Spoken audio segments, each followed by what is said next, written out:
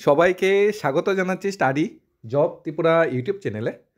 ত্রিপুরার টেট চাকরি প্রত্যাশীদের যে বহু প্রতীক্ষা, সেই প্রতীক্ষার অবসান ঘটল। 2022 সালে লাস্ট টেট পরীক্ষা হয়েছিল, এরপর আর টেট পরীক্ষা হয়নি, যার জন্য ত্রিপুরার যে গুণমান্য ছাত্রছাত্রীরা সবাই আন্দোলনে নেমেছে, সবাই দেখা করেছে, সবাই একটা প্রটেস্ট করেছে, সবাই প্রতিবাদ করেছে।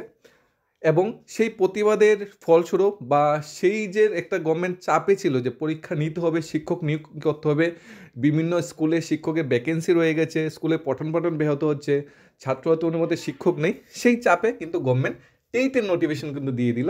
মানে একটা গুড নিউজ, মানে এত সুন্দর একটা নিউজ আজকে আমরা পেয়েছি, মানে এটা কল্পনার বাইরে, এটা অপ্রত্যাশিত একটা নিউজ ছিল। আমরা সবাই আশাও করতে পারিনি যে গভর্নমেন্ট আমাদের এত ভালোভাবে চিন্তা করবে, গভর্নমেন্ট আমাদের সাথে এরকমভাবে পায়ে পা মিলিয়ে হাতে হাত মিলিয়ে দাঁড়াবে, আমরা আশাও করতে পারিনি। মাননীয় মুখ্যমন্ত্রী, মাননীয় শিক্ষামন্ত্রীকে ধন্যবাদ প্রথমে টেট পরীক্ষার নোটিফিকেশনটা দেওয়ার জন্য। টেট পরীক্ষা হচ্ছে, হ্যাঁ এটা সত্যি অবিশ্বাস নয়, টেট পরীক্ষা হচ্ছে। Tripura teacher recruitment board of Tripura TRBT পরিচালিত যে টিচার এলিজিবিলিটি টেস্ট টেট পরীক্ষা 2024 যেটা বলা হয়েছে, তার নোটিফিকেশন দিয়ে দেওয়া হয়েছে। কবে থেকে ফর্ম ফিল আপ শুরু হবে, লাস্ট ডেট কবে সাবমিশনের, লাস্ট ডেট কবে পেমেন্ট ফিস, এডমিট কার্ড কবে থেকে ডাউনলোড করা যাবে, ডেট অফ টেস্ট কোথায় হবে, টাইম অফ টেস্ট, তারপর entry into test venue close করার সময় ক্লোজ হয়ে যাবে এন্ট্রি ভেনু, তারপর সিলেবাসটা কী কী, আমরা সমস্ত কিছু আজকের এই ভিডিওতে আলোচনা করব। আশা করি তোমাদের সমস্ত যে ডাউটগুলো আছে সবগুলা আজকের এই ভিডিও দেখলে ক্লিয়ার হয়ে যাবে। বর্তমানে 40 থেকে 45 হাজার ক্যান্ডিডেট আছে যারা টেট পরীক্ষায় বসবে, এটা একটা আমরা ফিগার ধরে নিয়েছি। তবে সংখ্যাটা এতটা হবে না, কারণ অনেকেই আছে যারা টেট 1 দিতে পারবে না। গত বছর যেখানে 37 হাজার ক্যান্ডিডেট ছিল, এখানে কিন্তু ম্যাক্সিমাম ক্যান্ডিডেট সবাই টেট 1 টেট 2 দুটো দিয়েছিল। এবার কিন্তু ম্যাক্সিমাম ক্যান্ডিডেটটা কিন্তু টেট 1 দিতে পারবে না, কারণ ডিএলএডের একটা বাধ্যবাধকতা কিন্তু এখানে আছে। সাবমিশন অনলাইন যে ফর্মটা, সাবমিশন ডেট হলো 24 জানুয়ারি থেকে অনলাইন ফর্ম ফিল আপ শুরু হয়ে যাবে।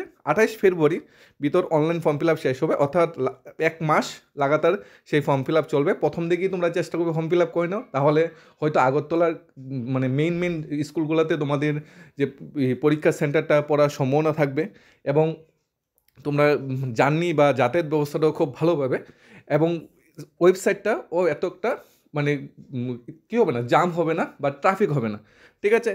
আর লাস্ট ডেট বলা হয়েছে 28 তারিখ, 28 ফেব্রুয়ারিতে সাবমিট করতে হবে। এখানে একটা কথা কি, জানুয়ারি মাসের প্রথম দিকে গত 2022 সালে টেট পরীক্ষা পাস করে বসেছিল তাদের ভেরিফিকেশনটা সেরে নেবে। এরপর শুরু হবে আমাদের যারা টেট পরীক্ষা দেবে তাদের জন্য। এখানে অ্যাপ্লিকেশন ফাইনালাইজ করার লাস্ট ডেট বলা হয়েছে 28 ফেব্রুয়ারিতে application finalize last date. Last date of payment fees যে পেমেন্ট করুন সেটা লাস্ট ডেট বলা হয়েছে মার্চ মাসের 4 তারিখ। এবং এডমিট কার্ড ডাউনলোড করতে হবে আমার 2 এপ্রিল থেকে 16 এপ্রিল, এই যে টাইমটা, এই টাইমের ভিতরে কিন্তু আমাদের এডমিট কার্ডটা ডাউনলোড করে নিতে হবে 2 এপ্রিল থেকে 16 এপ্রিলের ভিতরে। টেস্ট, গত বছর যে পরীক্ষা হয়েছিল, আগের দিন টেট 2, পরের দিন টেট 1, মানে পড়ার একটু সময় কম ছিল, পড়ার একটু গ্যাপ কম ছিল, আমরা সবাই ভালোভাবে একটা পরীক্ষা দিলে আরেকটা পরীক্ষা ভালোভাবে পড়ার সময় পাইনি। এবছর কিন্তু 2টা পরীক্ষার মাঝে একটা গ্যাপ রাখা হয়েছে, যারা পেপার 1 পেপার 2 দুটো দেবে তাদের জন্য কিন্তু পর্যাপ্ত পরিমাণ সময় আছে পড়াশোনা করার জন্য। ডেট অফ টেস্ট পেপার 1-এর জন্য 20 তারিখ রাখা হয়েছে সানডে, অর্থাৎ 20 এপ্রিল পেপার 1 পরীক্ষা হচ্ছে একটা সানডেতে, আর পেপার 2 পরীক্ষা হচ্ছে 27 এপ্রিল, অর্থাৎ পরবর্তী সপ্তাহ, অর্থাৎ 1 সপ্তাহ পরে আরেকটা সানডেতে গিয়ে তোমার পেপার 2 পরীক্ষা হচ্ছে। টাইম 12টা থেকে 2.5 ঘন্টা টাইম আছে প্রত্যেকটা পরীক্ষার জন্য। পেপার 1-এর জন্য 2.5 ঘন্টা, পেপার 2-র জন্য 2.5 ঘন্টা, টোটাল 150 মার্কসের এক্সাম হবে।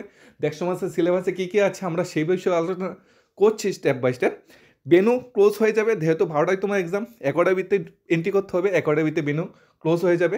এখানে ইন্ডিয়ান ন্যাশনাল সিটিজেন অর্থাৎ যারা পিআরটিসি আছে তারাই অ্যাপ্লাই করতে পারবে, কারণ পিআরটিসি ম্যান্ডেটরি ত্রিপুরা গভর্নমেন্টের চাকরি ক্ষেত্রে, আমরা সবাই জানি।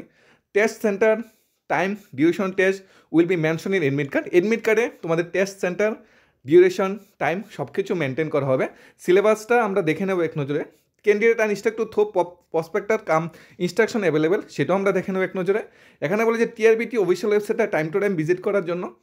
It is also careful noted that getting TTET qualified by obtained TTET certificate does not contain to candidate to recruit, since is only for one the eligibility norms of the recruitment. অর্থাৎ TTET first করলে যে তুমি চাকরি পেয়ে যাবে এমন কোনো বাধ্যবাধকতা নেই, এটা একদম নোটিফিকেশনে দিয়ে দেওয়া হয়েছে। তবে যেই ধরনের ভ্যাকেন্সি আসছে, যেই ধরনের ক্যান্ডিডেট পাস করছে, অবশ্যই তোমরা যদি পাস করতে পারো তোমার চাকরিটা কনফার্ম হয়ে যেতে পারে। এখানে কোশ্চেনের যে স্ট্যান্ডার্ড, গত 2022-এ অনেকটা হার্ড কোশ্চেন হয়েছে, 2024-এ অনেকটা হার্ড কোশ্চেন হতে পারে, সেইভাবে নিজেকে প্রিপারেশন নিতে হবে যাতে কোশ্চেনের মাত্রাটা যদি একটু হার্ড হয় আমরা যাতে সেখানে টিকতে পারি, সেইভাবে ভালোভাবে প্রিপারেশনটা নিতে হবে, ভালোভাবে পড়াশোনাটার ক্রাইসিসটা চালিয়ে যেতে হবে, পড়াশোনার ধাপটা চালিয়ে যেতে হবে। আমরা সিলেবাস অন্যান্য ক্রাইটেরিয়াও স্টেপ বাই স্টেপ এখন দেখে নিচ্ছি।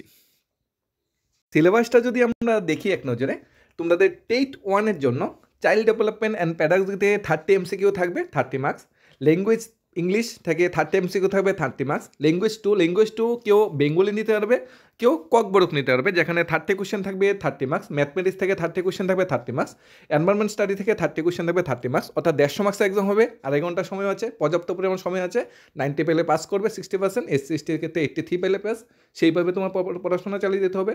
আর টেট 2 গ্র্যাজুয়েট টিচারের ক্ষেত্রে যে চাইল্ড ডেভেলপমেন্ট প্যাডাগজিতে 30 কোশ্চেন 30 মার্কস, ল্যাঙ্গুয়েজ ইংলিশ থেকে 30 marks, language two Bengali either Kokborok থেকে 30 মার্কস, এবং তোমরা যারা আর্টস বা কমার্স ব্যাকগ্রাউন্ড থেকে আছো তোমরা অবশ্যই সোশ্যাল স্টাডি সিলেক্ট করবে, তোমাদের বিজ্ঞান ভূগোল ইতিহাস থেকে 60 মার্কস থাকবে। আর যারা সায়েন্স ব্যাকগ্রাউন্ডে আছো তারা ম্যাথমেটিক্স অ্যান্ড সায়েন্স টিচার যারা ক্লাস করবে টেট 2 তোমাদের থাকবে 60 মার্কস, সায়েন্সে থেকে 30, ম্যাথমেটিক্স থেকে 30, এখানে হবে তোমাদের 150 মার্কস, 90 পেলে পাস, আর SC/ST-তে 83 পেলে পাস। এখন যদি আমরা কোয়ালিফিকেশন ক্রাইটেরিয়া আমরা বিশেষ কিছু বলছি না, টেট 1-এর ক্ষেত্রে একদম সংক্ষেপে বলে দিচ্ছি, 12-এ 50% মার্কস থাকতে হবে, সাথে DLED থাকতে হবে, তাহলে টেট 1 পরীক্ষা দিতে পারবে। যদি 45% মার্কস SC/ST হয়ে থাকো তাহলে চলে যাবে। তোমার 12-এর মার্কস নেই কিন্তু গ্র্যাজুয়েশন পাস করেছো, সাথে DLED আছে, তারপরেও তুমি টেট 1 দিতে পারবে। তোমার 12-এর পরে 4 ইয়ার্স যে ডিপ্লোমা ইন এডুকেশন যেটা আছে, BA-LED যেটা আছে, সেটা যদি তুমি করে থাকো তাহলে দিতে পারবে, অর্থাৎ DLED জিনিসটা থাকলে তুমি টেট 1 দিতে পারবে, B.Ed এখানে কিন্তু অ্যাকসেপ্ট করা হবে না।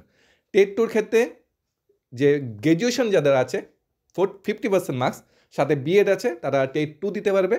যারা গ্র্যাজুয়েশনে মার্কস নেই, মাস্টার ডিগ্রিতে মার্কস আছে, তারাও টেট 2 দিতে পারবে, কিন্তু 50% মার্কস তো লাগবে। SC/ST হলে 45% হলেই চলবে। তবে যারা DLED পাস যারা আছে, সাথে গ্র্যাজুয়েশন আছে, তাদের কিন্তু কোনো 50% মার্কস লাগবে না, অর্থাৎ গ্র্যাজুয়েশনের সাথে DLED হলে টেট 2 দেওয়া যাবে, কিন্তু যদি B.Ed হয় তাহলে গ্র্যাজুয়েশনে কিন্তু 45% বা 50% মার্কসটা কিন্তু থাকতে হবে, না হলে কিন্তু টেট 2-তে বসা যাবে না।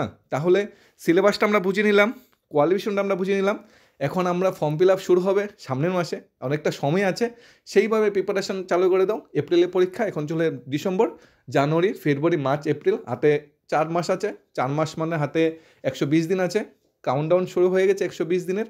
আজ থেকেই তোমরা শুরু করে দাও, কাল থেকেই শুরু করে দাও, পরশু থেকে শুরু করে দাও, একদম নিজের যে ইষ্ট দেবতা ভগবানকে প্রণাম করে একদম মার চরণ ছুঁয়ে পড়াশোনা শুরু করে দাও। এবার যদি ফাইটে যদি তোমরা হারে যাও তারপর কিন্তু নেক্সট ফাইট আবার আস্তে আস্তে 2027-28, অর্থাৎ গভর্নমেন্ট কিন্তু একটা পরিকল্পনা নিচ্ছে, 22-এ একবার টেট পরীক্ষা নিচ্ছে, আবার 25-এ নিচ্ছে, 25-এ নেওয়ার পর কিন্তু আবার 28-এ নেবে, সেই ধরনের পরিকল্পনাই গভর্নমেন্ট চলছে। তাই বয়স হয়ে যাবে, পড়াশোনা ভার সইতে পারবে না, অনেকটা চাপে পড়ে যাবে, তখন ডিপ্রেশনে চলে যাবে। তাই এবার না হলে আর কোনোবার হবে না, সেইভাবে দ্রুতগতিতে এগিয়ে যাও, আশা করি তোমরা লাইফে সাকসেস পাবে। তোমাদের ফিউচারের প্রতি শুভকামনা রইল। তোমরা যে আন্দোলন করেছো, তোমরা যে প্রটেস্ট করেছো, তোমরা যে প্রতিবাদ করেছো, সেই প্রতিবাদের জয় হয়েছে, তোমাদের জয় হয়েছে, এবং তোমাদের এক্সামও ভালো হবে। তোমরা আশা করি সবার পরীক্ষা ভালো হবে এবং সবাই কোনো না কোনোভাবে টেট ফার্স্টটা করে নিতে পারবে। তারপর আমরা নেক্সটে দেখব কীভাবে রিক্রুটমেন্টটা হয়। কিন্তু একটা পজিটিভ জিনিস কি, এখনও ইন্টারভিউ চালু হয়নি, ইন্টারভিউ কথা চালু হয়নি, তাই বিনা ইন্টারভিউতে অনলি এক্সামের মাধ্যমে কিন্তু আমরা সিলেকশনটা সেরে নিতে পারবো। ইন্টারভিউ হলে কিন্তু এটাতে কারাপশন বা দুর্নীতি জড়িয়ে যেতে পারে, তাই ভালোভাবে প্রিপারেশন নাও। ধন্যবাদ সবাইকে। Study job Tripura YouTube channel.